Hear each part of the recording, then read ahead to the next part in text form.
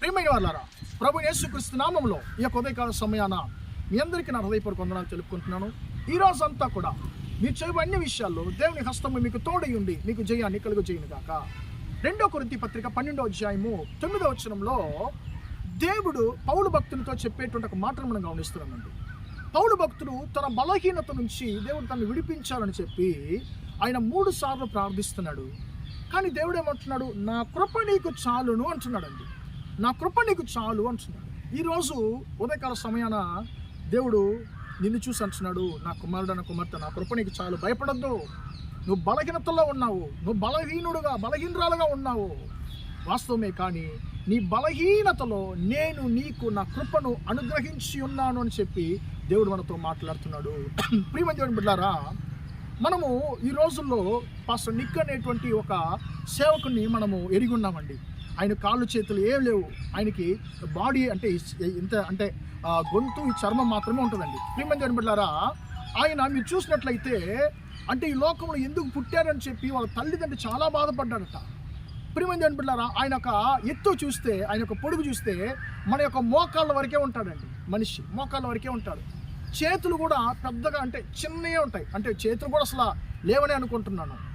కాళ్ళు కూడా చిన్న కాళ్ళు మాత్రమే ఉంటాయి. ప్రియమైన దేవుని బిడ్డలారా, ఇతర ఎలా బ్రతకబోతాడు అని చెప్పి చాలామంది అనుకుని ఉంటారండి. కానీ ఈ రోజుల్లో ఆయన బలమైన సేవకుడుగా లోకమంతా కూడా దేవుడు బలంగా వాడుకుంటున్నాడండి.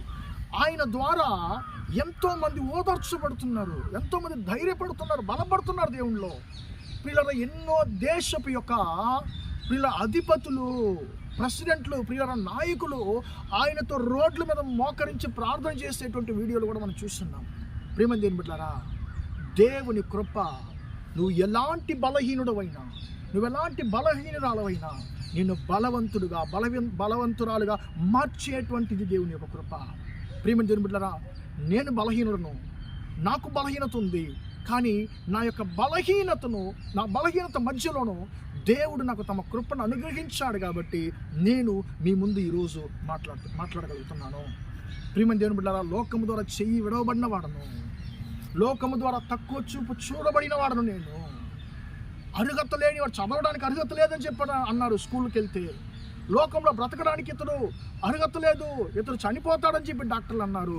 కానీ నా బలహీనత మధ్యలో దేవుడు నాకు తమ కృపను అనుగ్రహించాడు కాబట్టి ఈరోజు ప్రియమైన దేవుని బిడ్డలారా, నేను ఇతరులకు ఆశీర్వాదకరమైన పాత్రగా దేవుడు నన్ను మార్చున్నాడు. పౌలును బలపరిచిన దేవుడు నిన్ను బలపరచలేడా? ప్రియులారా, ఆ యొక్క నిక్ అనేటువంటి సేవకును బలపరిచినటువంటి దేవుడు నిన్ను బలపరిచి ఆశీర్వదించలేడా? నన్ను బలపరిచి నా బలహీనతలో తమ కృపనిచ్చిన దేవుడు నిన్ను, నీ కుటుంబాన్ని దీవించలేడా? ప్రియమైన దేవుని బిడ్డలారా, ఆయన అంటున్నాడు, నా కృప నీతో ఉంది, నా కృప నీకు చాలు, నా కృప నీ బలహీనత మధ్యలో కూడా నా కృప నీలో పరిపూర్ణంగా అది క్రియ జరిగిస్తుంది అని చెప్పి దేవుడు నీతో నాతో మాట్లాడుతుంది. కాబట్టి ఉదయకాల సమయాన మనం దేవుని చూసి అందామయ్యా, నీ కృప మాత్రం నాకు చాలు, నన్ను బలపరిచేటువంటి నీ కృప నాకు చాలయ్యా అని చెప్పి మనము ప్రార్థన చేద్దామండి. ప్రేమగల మా తండ్రి, దయగల దేవ, ఇంతవరకు తండ్రి ఈ మాటలు విన్నా నీ బిడ్డలు మీరు దీవించండి, ఆశీర్వదించమని ప్రార్థిస్తున్నానయ్యా.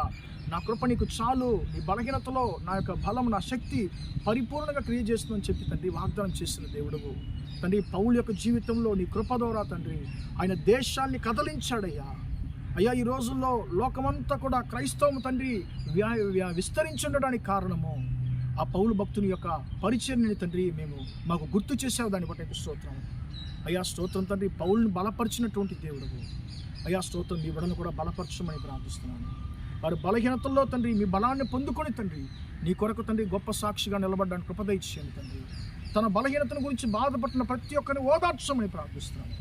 ఈ రోజంతా కూడా మా సహోదరులు చేసే అన్ని విషయాల్లో మీ హస్తం తోడుని వారిని ఆశీర్వదించమని యేసయ్య నామములో ప్రార్థించి అడిగి వేడుకొంటున్నాను తండ్రి. ఆమేన్, ఆమేన్. ప్రియమైన వాళ్ళరా, దేవుడు మిమ్మల్ని దీవించి ఆశీర్వదించును గాక. Praise the Lord, praise the lord.